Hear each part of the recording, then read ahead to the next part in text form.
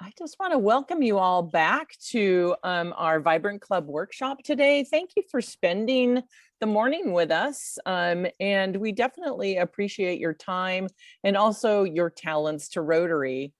You know, this morning so far, we've listened to Win speak about our priority of increase your impact with ideas of extending our service power into our community and into the world. And then we moved to Jeff, and he was talking to us about the priority of expand our reach and giving us good information about different types of club formats, different types of membership formats, and how we can attract new members. And so we've got just two more priorities to open up this morning. And I have the opportunity to talk a little bit with you about opening up the priority of enhanced participant engagement. Now, before I go any further, I want you to think about these four priorities in a little bit of a different way. I don't know about you, but sometimes if I can think of something graphically in my mind, it helps me understand things a little bit better. And I came up with this idea that if we were a four-legged stool, and our clubs were the seat on that stool, and the four legs came down from that stool, and each of those four legs were the priorities that we've been looking at today.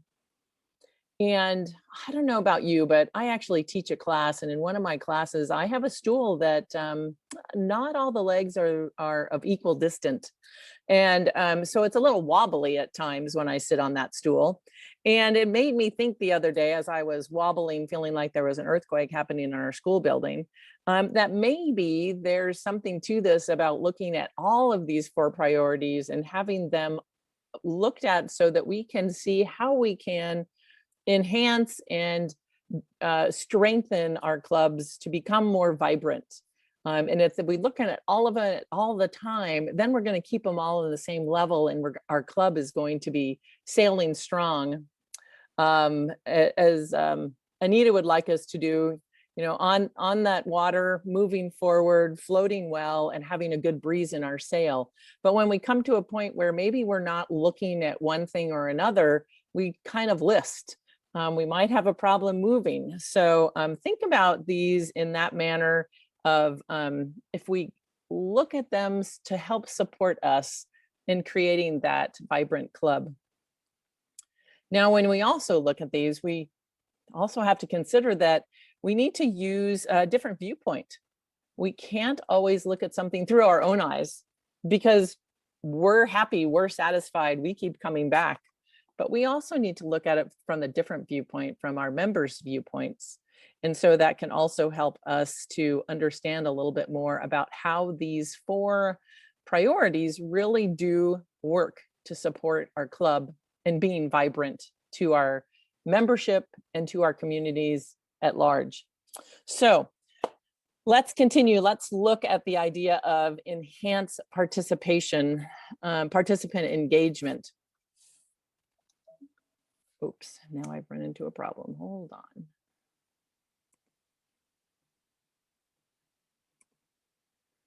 Together, we see a world where people unite and take action to create lasting change across the globe, in our communities, and in ourselves. Well, when you think about it, there's some words in there that are highlighted, and I think they're very, very important. Together, of course, is the first word that we come to. And when we work together, we get more done.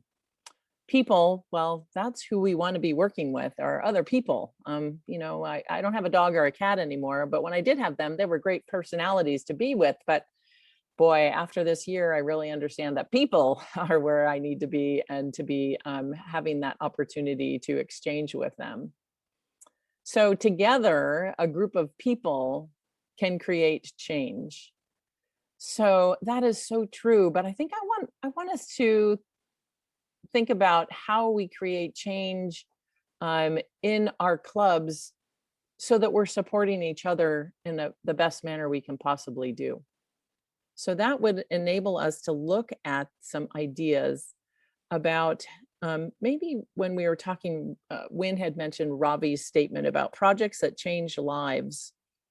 projects do change lives in more ways than just the item or the action that we are doing for the person who we are giving that service to. It changes our lives. And so I think that's an important piece to look at when we're looking at how do we engage participation. When we are engaged and we are excited about doing something, we will be a part of a group that's working together, and we will unite as a group of people to have a greater impact on those around us. So make sure that we are thinking about how we engage and to change things. Right now, what I want us to do is, gosh, when I talk to my students in class, it's always amazing when I talk to them and ask them why they came to our school. And they all have a different reason. So I was thinking about the number of people in Rotary and the number of reasons why they joined. We heard from Sarah earlier today. She was saying she was looking for a way to get out and socialize, just to see people. So, but we all have our different whys. I joined up because I figured I can do better service to my community if I'm doing it with someone else. So what I want us to do is break out into our breakout rooms, and I want us to listen to the reason why other folks joined Rotary. And then as we're doing that, you might want to consider the conversation and the thought process of, does my club or can my club meet these needs of the other Rotarians that I am listening to in my small breakout group? So Robin, if you could go ahead and break us out, and we'll do about a 6-minute breakout room for why did I join Rotary? Thank you for being in our breakout rooms. And we'd also like to kind of hear from you in the breakout rooms now that you've listened to why other people joined Rotary. Can your clubs meet those diverse needs that we have out there? Do you see yourselves being able to do that? Do we have anybody who would like to raise their hand and take part in this discussion with the whole group? Well, Sarah, you have a hand. Is that clapping or is that to raise your hand? raise my hand. Okay. So several of us that mentioned why we joined, we all kind of had the same reasons. One of them that just stuck out though was friendship. And I'm finding that by attending these meetings, that the friendships that I'm gaining are just incredible. But it's the goal of, will we meet these needs? Yes, we will. I have 101% faith, because now, as a person who has volunteered quite some time by herself in different areas, I'm very proud to be involved in the club that's going to not only help me, but help me achieve the goals that I feel I've been put on this earth to do. And so yeah. Great. And I feel the same way with the rest of with Doug and Tony and Stacy, that they too will be meeting those needs as well. But With your new friends. yes, and that's just it. I mean, that the word friends really is, it kind of, I don't want to say it makes me sad, but knowing how many members that there are, I mean, everyone has a reason for joining, but man, if you don't interact, why are you a member? That's just me. It's like, you don't join unless you're going to interact and be a part of. So Right. Well, great. Thanks, Sarah. I'm so glad you're finding Rotary to really meet your needs and support you and what you want to be able to do in your communities. So thank you so much for joining us today. It looks like I have Kim up with her hand raised too. You do. It reinforced for me that people join for different reasons. Mm-hmm. And I'm on our board right now, and we've got several people that are insistent that people joined for one reason. They're here for this. And they're not. They may be, but they may be here for a whole different reason. And we need to make sure we cater to all of those needs. Not just the reason that And we've got some people that, no, I joined for networking, business networking, and by God, we have to do that in person. And that's not the case these days, that's the only reason that people have joined, and there are other ways we can help meet those needs. Yes, definitely, So definitely. I appreciate hearing from everybody on that. Good, good. Was there anybody else wanted to mention anything? Karen, I'll mention something. Yes, This is actually part of my message. I asked the group, why did you join Rotary? But more importantly, why do you stay? Mm-hmm. What is your passion today? Because I think it's important for us to know what drives us. And in my book, it's always doing great projects with my friends. The fellowship in Rotary is just so important. So I just wanted to share that. Definitely. I think that we can all agree with so many of the things, and why we joined Rotary. Oh, I'm sorry, Jerry Hall, you've raised your hand.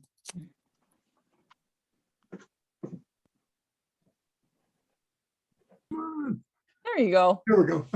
I wanted to share, because of what other people are here saying, I want to share a quick story. There was a gal that I had met here in Reno that I thought would be a good Rotarian. I invited her to a meeting. I met with her twice, two separate occasions. Once Tasha was with me. The second time I was by myself, I think. And I had given her all the information that you normally would give a candidate for Rotary. And I gave her information about the club. I gave her the website for the district and particularly for Rotary International. And so the second coffee I had with her, I said, after we had a little chit chat, I said, do you have any questions that you'd like to ask me? And she said, no, I don't. She said, I read everything you gave to me. I appreciated going to the meeting. I went to the Rotary website. I read everything I could get to there. And she said, Rotary represents the way I want to live my life. And I about fell out of my chair because that's the thing that I think is the selling point for a lot of people when we offer them membership in Rotary.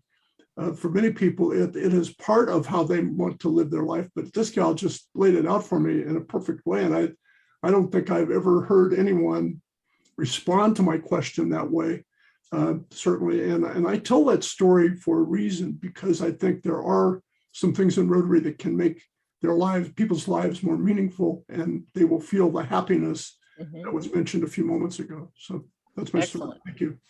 Thank you, Jerry, for bringing that up.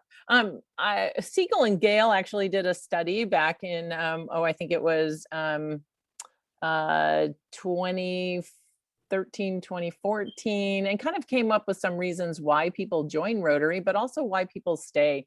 And we probably heard some of these whys in our group. Someone invited me. It's good for my business. A friend invited me to be there. I helped with a service project, even though I wasn't a member of Rotary, but I really liked what we did together.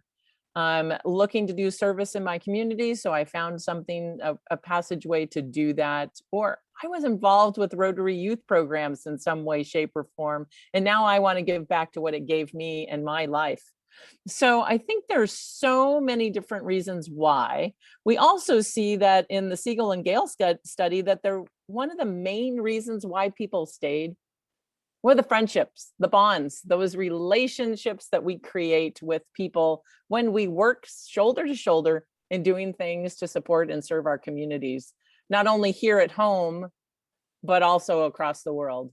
So Rotary does amazing things. It gives us someone to partner with to help us be able to help others. I think that so many of us are looking for that. We want to be able to be an answer to problems in our community, an answer to problems in the world. Rotary gives us that opportunity, and it gives us friends to do it with. So I think that we really can see that that's just a strong possibility is why people stay is because of those relationships. And if relationships are so strong and important, then we need to figure out how we meet our members where they are. Not necessarily what my eyes tell me, but what the eyes of somebody else is telling me that they want to do. I think Kim had mentioned that it's not everybody joins. That's what I wanted us to see. Not everybody joins Rotary for the same reason, and that we need to be there to help and support them to make sure that they get what they want out of Rotary. So I think one of the things that we need to ask ourselves about our whys are, has our club met our own expectations? And does our club have those programs that are going to meet the members, all your members' desires? And how do you go about finding that? How do you go about finding out if you're doing that? One suggestion would be to do a membership survey and to find out. Membership survey can be something online if you want to do it that way. It can be pencil and paper if you want to do it that way. But I personally think the best way to do it, and I have been brought into a new club in the last couple of years, and this is how they did it. They met with me personally. They made sure they made that personal connection, as Sarah says. It's a little bit hard to know somebody's true desires and feelings unless we speak with them. So a cup of coffee, a phone call, meeting at the park where the kids can play while you chat about what you want to be able to do within the club. We need to make sure that we're meeting our club members where they're at. And the only way we can do that is to understand where they are at.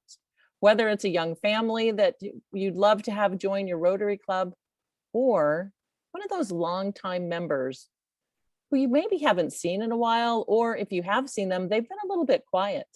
Let's not forget to reach out and to ask them. Just because I joined 10 years ago for one reason doesn't mean I'm staying here for that same reason. My desires may have changed from being a stay-at-home mom to being an educator to going back to being at home again and now being a caregiver for my father. So my life has changed, so my needs have also changed. And I know everybody's needs have changed. I think some of us have found through COVID that our home lives have also changed. We've had people move back home again so that they might be able to save money. And we've had other people who have moved out of our state and are looking for new clubs to join. So let's remember that as our membership fluctuates and the members who have stayed with us for a long time, all of us deserve the opportunity to have that membership survey done, whether that be a cup of coffee and an opportunity for us to talk, or maybe you can create one or use one from Rotary International on how you're meeting your membership's needs. So I think that someone brought up that membership satisfaction equals happy members, which equals involvement. I'm not sure if my math teacher at school would agree with all the equal signs there, but that is truly, I think, if we put those things together, we're going to find out that we have a very vibrant club because we have members who are happy, satisfied, and involved in their community and with building new relationships in their communities. So I believe that we will see those kind of things being there to support us. I'd like us to look at and talk, because I think one of the ways we learn so much about it is by having that opportunity to chat with somebody in our groups. And so we're going to do breakout groups again. And the questions that I want you to look at: how are you ensuring that your members are getting a value proposition for their Rotary membership?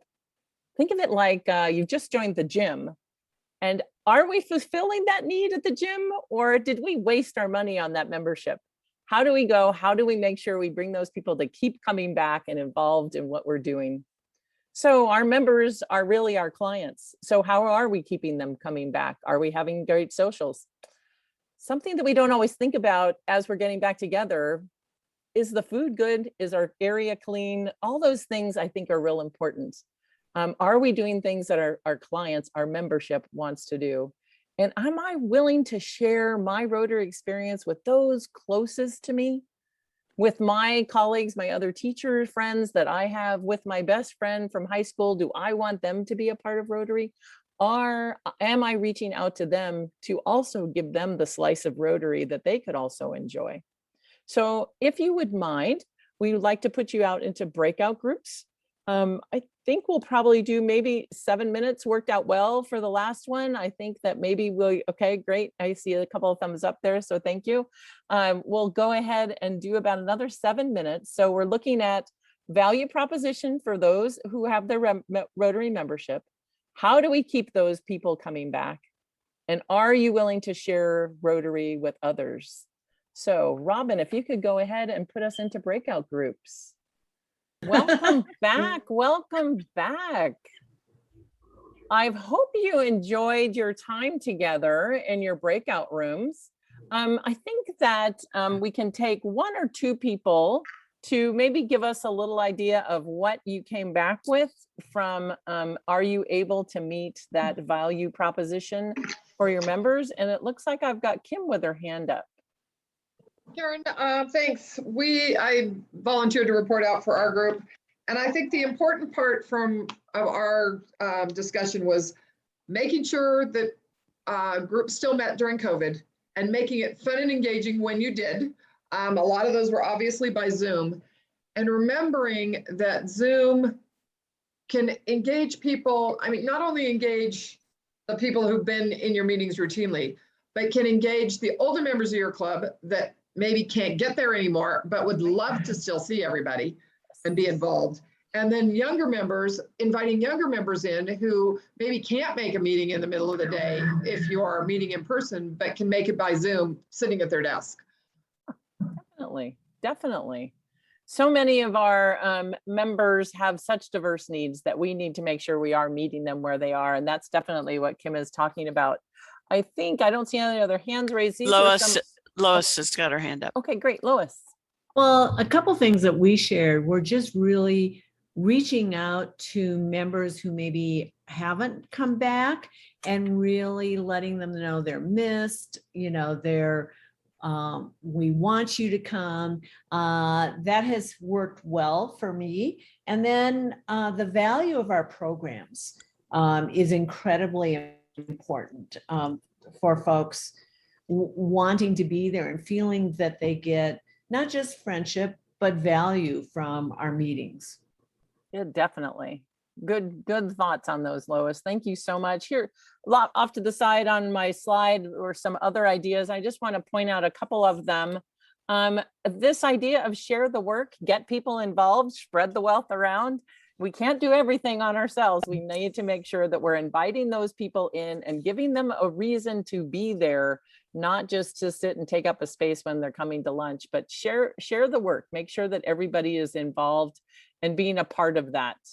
Also, the idea of using district programs. We have a lot of wonderful programs out there, and sometimes the information gets to the president, maybe one of the vice president or an avenue of service person. Don't stop the information there. Hand that off so that, because you might not know somebody has a new desire that they would like to learn something more about. So by stopping the information from getting to everyone, you then put a roadblock in their satisfaction of their Rotary membership. Things on the Rotary website, very, very important. Always tell your people to go look at the Rotary website. There's so many different things that are there.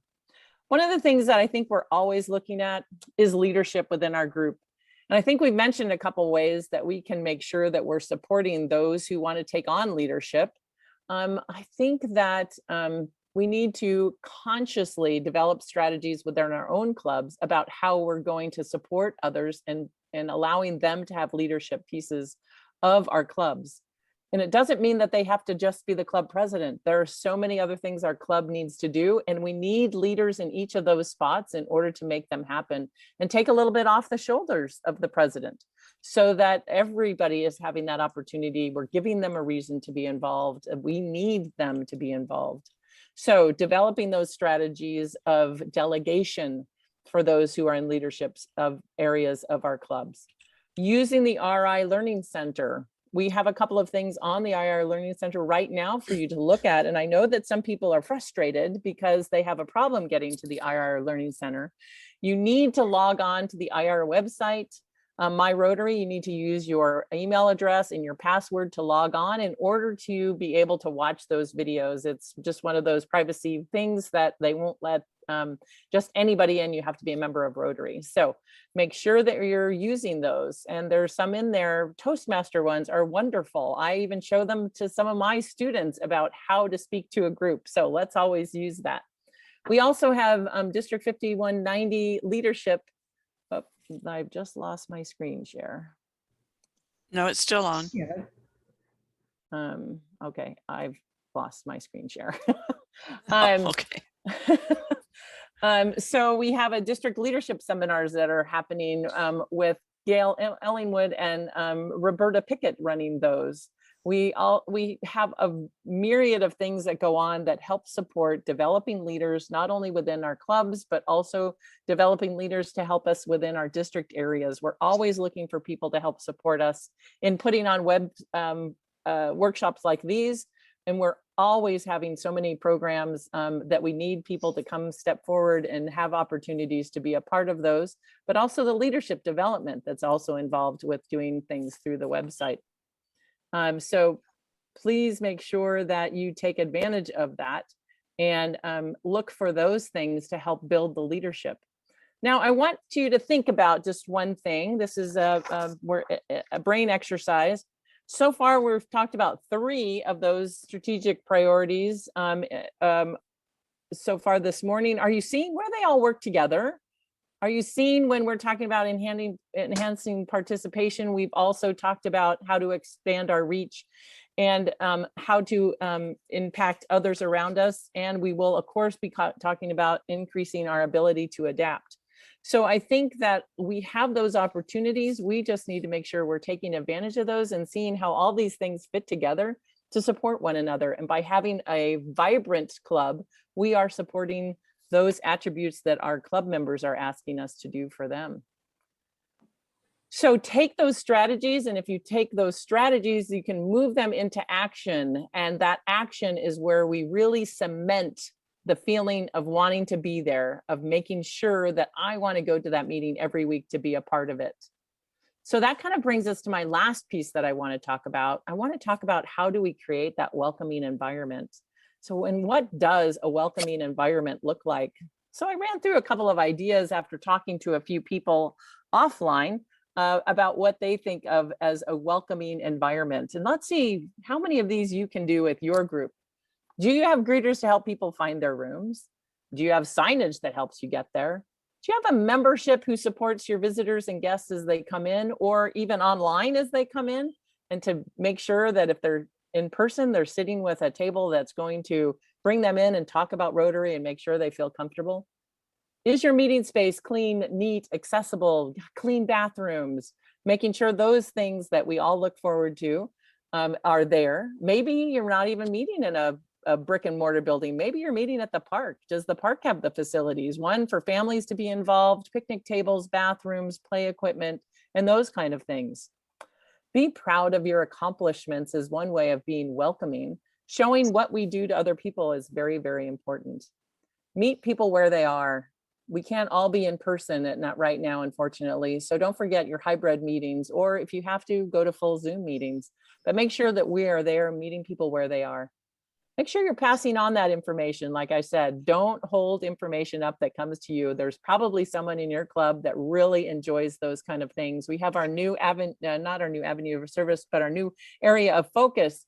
And many of our groups have people who are so interested in our environment. Pass on the information. Have variety in your club programs and service and fundraisers to make sure everybody has something they want to do. Going to a big stuffy fancy dinner where you're going to ask me to sit down and eat and listen to speeches, I might not be too excited about that. But if you're having a walk or a run or a disc golf program, I might be out for that. So always think about how you can change things. Celebrate those successes, celebrate those people who are involved in your lives of your group, celebrate your community. And again, follow up with thank yous and thank those people for being involved. So some ways to create that welcoming environment. Do we have 1 or 2 other ways from the group? Well, let's see. If we raise a hand, I'm not seeing any hands. Karen, I think we are getting close. Thank you so we very just have much. just a couple minutes. So okay, I'm not seeing any of my other notifications coming up. So I'm flying blind here, folks. Thank you, Zoom. Let's see. We also wanted to mention that there are those pieces of information that you can use that are on the district website and also the RI website. So make sure that you go ahead and see if you can be involved and use those resources to the betterment of your program to make it one that is vibrant. So I really want to thank you for being involved with our enhanced participant engagement session of the Vibrant Club Workshop. Remember, I'm the third leg to that stool, so don't miss the fourth one. We have Berta coming up to talk about increase your ability to adapt. Thank you again for all taking part in our community and Rotary and our workshop today.